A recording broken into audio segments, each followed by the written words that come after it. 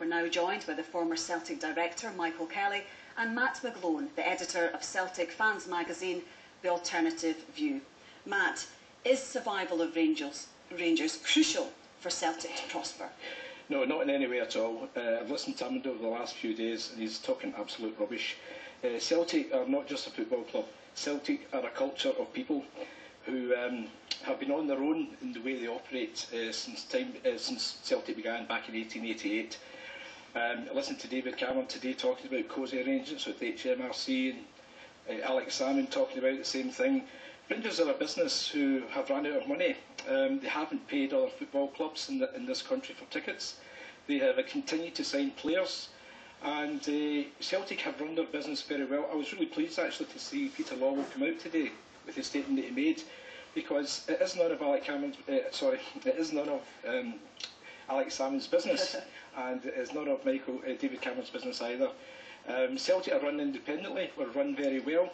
And we know what we're doing. The whole thing is, there's only a couple of million, £2.5 million of money from STV. Michael, Celtic, do they need Rangers? Well, first of all, I'm outraged that Alex Salmon should attempt to draw Celtic into what is clearly only a Rangers problem. Celtic have no financial problems whatsoever. Rangers' financial problems will no financial problems, and really it is quite ridiculous that the First Minister should ask for taxpayers' money to be used to support Rangers. He wants an arrangement done whereby the tax money that Rangers are due is not paid to the... What will the future of Celtic be without Rangers? Let's just leave Rangers aside for the moment. We're here to talk about what the future of Celtic would be. Well, we can't leave Rangers aside, because my opinion is that Celtic could clearly function and function profitably without Rangers, but at what level? It's like separation from England. Scotland will be able to hirple along in the international world without being in the United Kingdom. Equally, Celtic will survive. But I suspect that if we don't have the excitement of the competition with Rangers, the challenge of Rangers, then we'll operate at a poorer level football-wise than we do at the moment. Matt, I mean, the Old Firm game is the game of the season. Would it be a diminished game? No, I don't think it would be a diminished game. I think this would be an opportunity for Celtic to go somewhere else, because, you know, why would we need a club like Where Rangers? would they go? Well, they could possibly go to England. I think it'd be... That's been We're stuck with Let Matt finish this. We'll come back, Michael. It's actually quite cheap for you actually to be on this programme, Michael, because you're the guy who took Celtic in 1994 right to the very edge of where Rangers are today.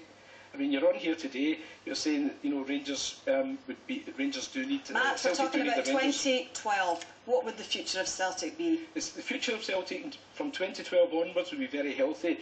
Celtic stand on their own 2 feet. They've stood alone in this country since 1888. There's no reason they need Rangers at all in this. No reason at all. You see, this is ridiculous, isn't it? Because they haven't stood on their own since 1888. They have formed the Old Firm, that to function financially and football-wise, they need the strength of another club. You can't compete in a league of one.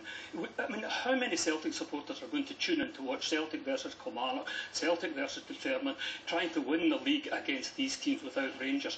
The result would be Celtic would have to spend even less money on players, would have to try less hard, and know they would win the league and automatically qualify for Europe.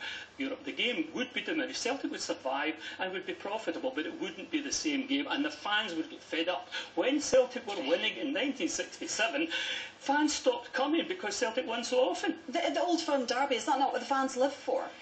I don't think the fans live for 4 games a year, no. Don't is get me that not wrong. the highlight? It might be the highlight, yeah. This term Old Firm is not a term that Celtic fans weren't acquainted with, to be honest with you. It's handy for Michael to say that in this kind of business sense.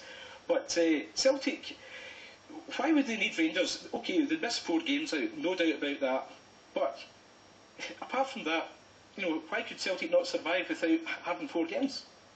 As a former... Because, for example, the television money wouldn't be there, the interest wouldn't be there, the crowds would be smaller because the games would be boring. At the moment the tension builds up between Celtic and Rangers games, we love them, we love to win, we hate to lose. You're not going to be too bothered if you happen to have a couple less of points TV revenue, that's important. Well, would it be less TV revenue? You know, to any big major broadcaster, Celtic have a huge stadium with 50 to 60,000 fans. That would be a good way for Celtic to get into England, no doubt about that. Who would ignore something like that? A stadium with 50 to 60,000 fans, a club with a huge history, a great fan base, fans who actually behave themselves and don't wreck other cities. Finally, have you got any sympathy for the Rangers' plight? I've got great sympathy for the ordinary Rangers fans. I mean, I'm enjoying the discomfiture of the club and a board that brought them to this, but friends of mine are Rangers supporters. I feel genuinely sorry for them, but they know their club will